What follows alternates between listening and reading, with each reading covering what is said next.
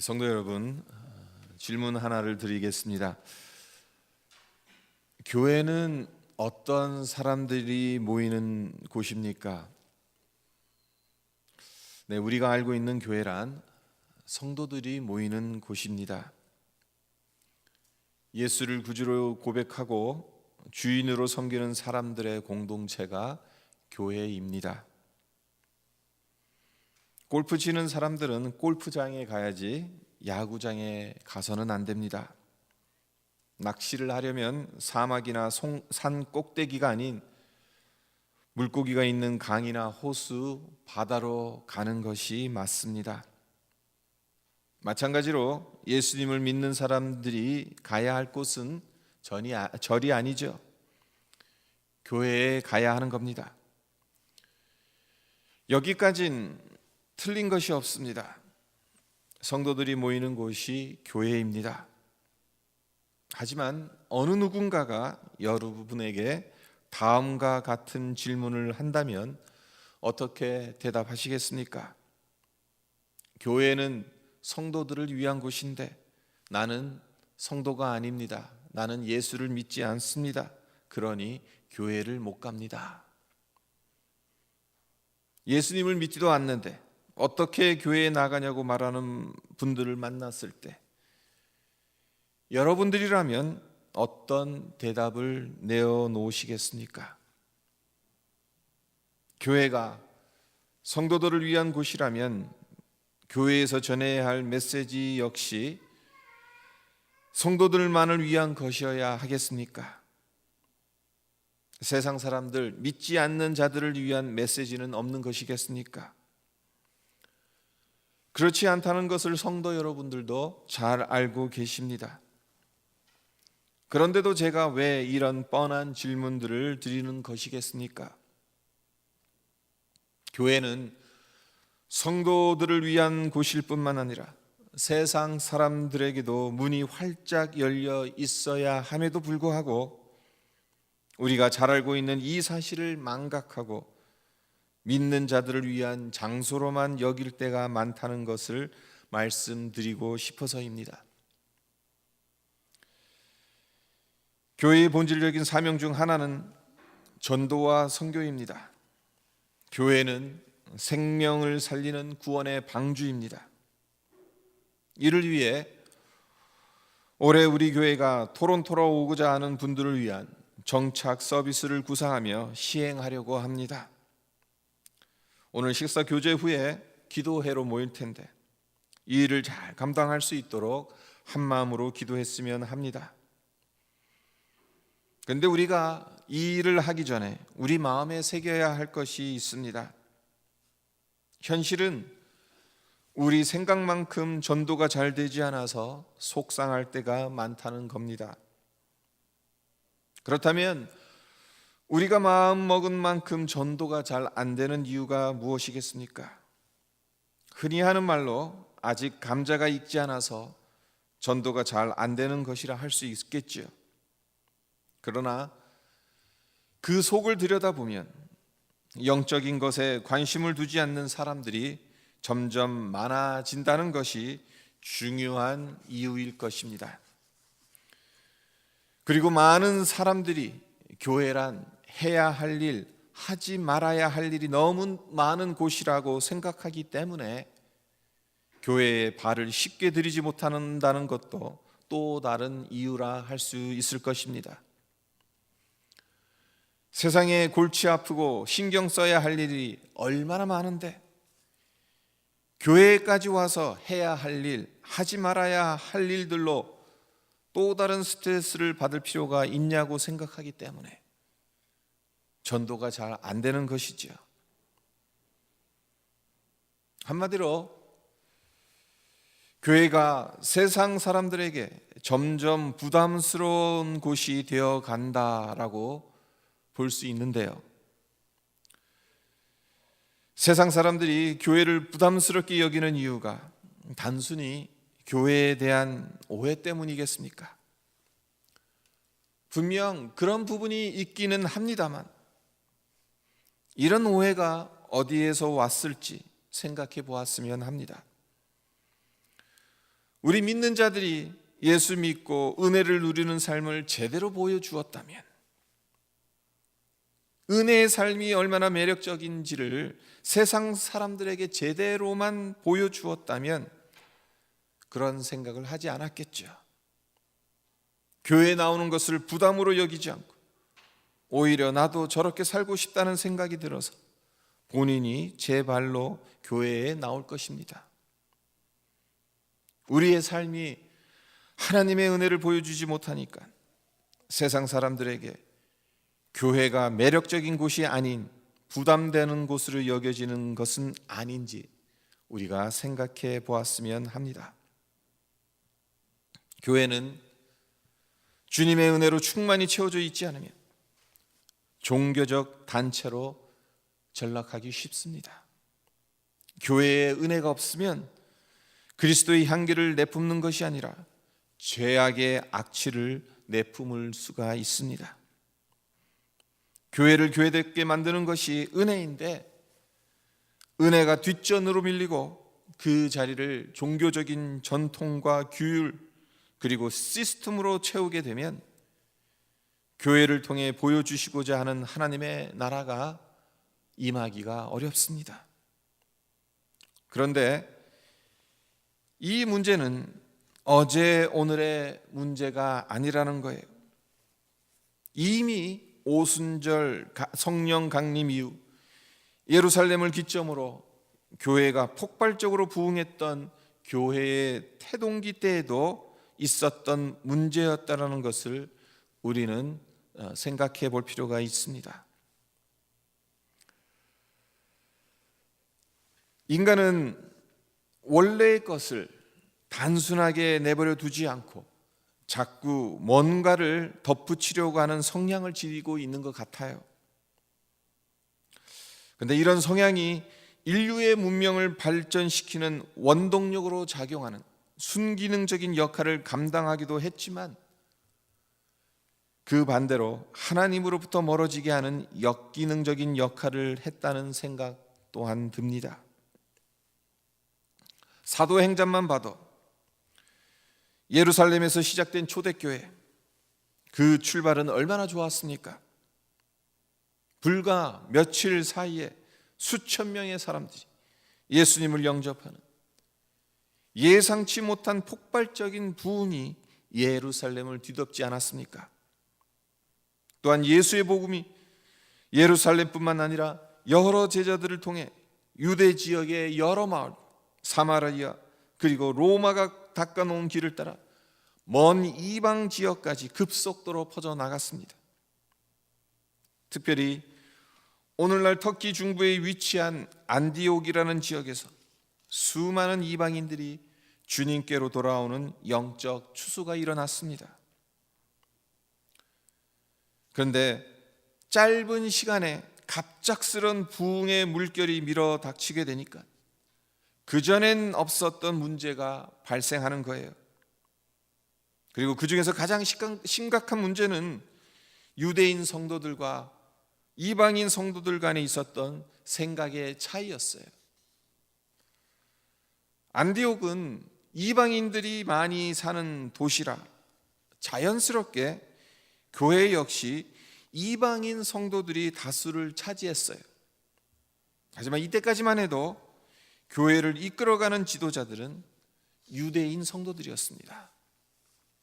문제는 유대인 성도들에게 딜레마가 있었다는 겁니다. 그것이 무엇이었느냐? 유대인 성도들, 율법이 아닌 예수님의 보혈로 구원을 받았다는 것을 잘 알고 있습니다. 하지만 조상 때부터 중요하게 여겨왔던 율법을 하루아침에 버린다는 것이 어디 말처럼 쉽겠습니까? 저의 경우만 봐도 대학 1학년 때 예수님을 영접하였으니까 믿음 생활한 지 30년이 넘었습니다. 예수님 믿은 이후의 시간이 믿기 전의 시간보다 더 많습니다. 그런데도 예수님을 믿기 전에 형성되었던 생각들과 가치관들이 저를 지배할 때가 얼마나 많은지 모릅니다. 네,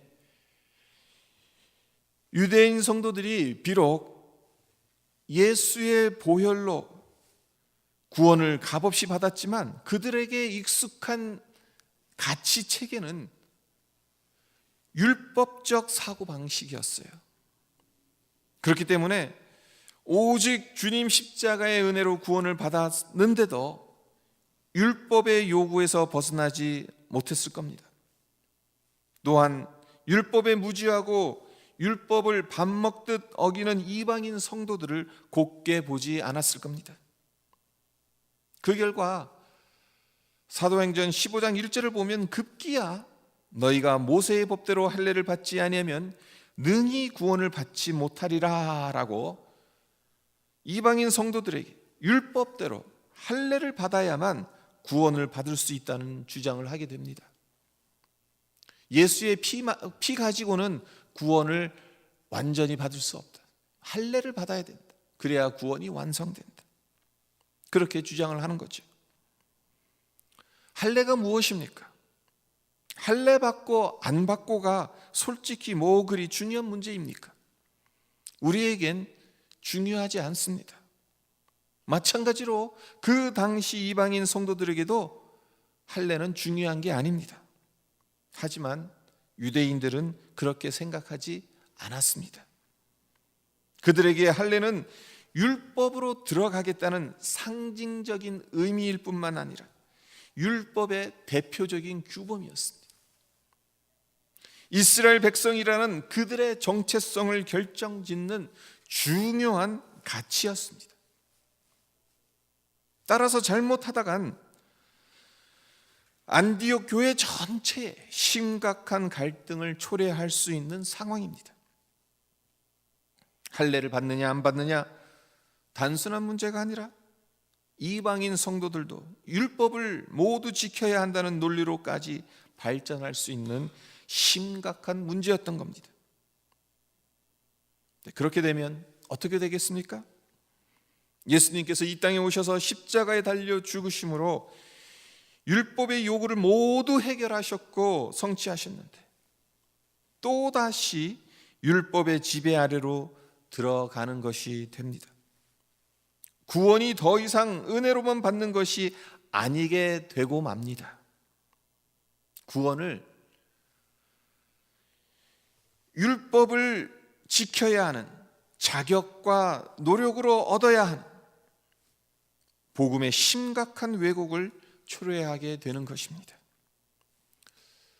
성도 여러분, 생각해 보십시오. 지금 이런 일이 일어나는 것이 교회가 세워진 지 100년이 지났습니까?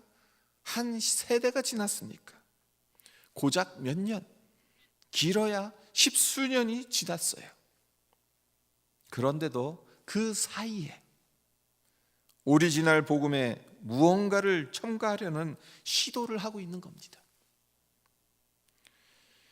인간이 지닌 한계라고밖에는 설명이 안 되는 부분인데요. 다행히 안디옥 교회의 영적 지도자들은 이러한 사태의 심각성을 파악하게 되죠. 그래서 이 문제를 모교회인 예루살렘 교회의 사도들에게 문의하기 위해서 바나바와 바울 그리고 몇 명을 예루살렘으로 보냅니다. 그리고 예루살렘에 도착한 바나바와 바울이 사도들에게 안디옥 교회가 직면한 상황을 자세히 설명합니다. 이에 사도들이 모여서 이 문제를 논의하고 그에 대한 공식적인 결의의 내용을 편지로 써서 바사바라 하는 유다와 실라 편에 안디옥 교회에 보내게 되는데 그 내용이 바로 오늘 본문 말씀인 겁니다. 이 편지의 내용을 요약하자면 이방인 성도들이 세부적인 율법 조항들을 준수하는 것은 너무나 무거운 짐을 지우는 것이기 때문에 이런 짐은 지우지 않겠다는 겁니다. 하지만 그 대신 구원의 은혜와 자유가 방종으로 변질되는 것을 막고 교회의 하나됨을 위해서 이방인들도 쉽게 수긍하고 준수할 수 있는 세 가지 사항, 즉 우상의 제물과 피와 목매어 죽인 것과 음행을 멀리할 것을 지키라고 권면하지요. 근데 이 결정이 어떤 식으로 내려졌는지가 참으로 중요한데 28절을 보십시오. 성령과 우리는 이 요긴한 것들 외에 아무 짐도 너희에게 지우지 아니한 것이 옳은 줄 알았노니, 성령과 우리는 이 요긴한 것들 외에 아무 짐도 너희에게 지우지 아니하는 것이 옳은 줄 알았다. 예루살렘 공회의의 지도자들이 제일 먼저 성령의 음성을 듣고 사도들 안에서 합의점을 도출한 것으로 결정을 내렸다는 겁니다. 그리고 이로 인해 복음의 핵심적인 가치인 은혜가 보존될 수 있었습니다.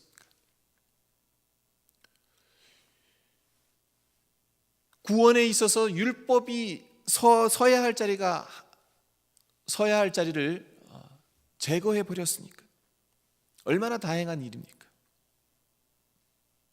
하나님께서 역사의 흐름을 이끌고 가시기 때문에 설사 이 일이 잘못되었어도 그리스도의 복음이 치명적인 손상을 입지는 않았을 겁니다만 교회는 이로 인한 크나큰 어려움을 겪었을 겁니다. 그런 점에서 예루살렘 공회의에서 사람의 생각과 지혜가 아닌 성령의 인도하심으로 이 문제를 다루었고 해결책을 찾았다는 것은 얼마나 중요한지 모릅니다. 그렇습니다.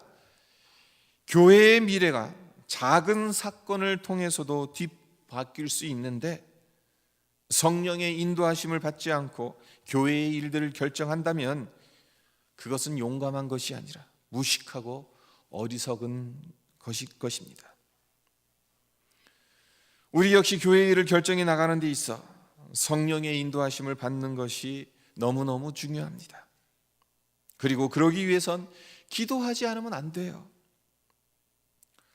우리가 정착 서비스를 위한 블로그를 개설하고 글들을 게재하는 일 하려고 하는데 성도 여러분들의 적극적인 참여가 필요합니다.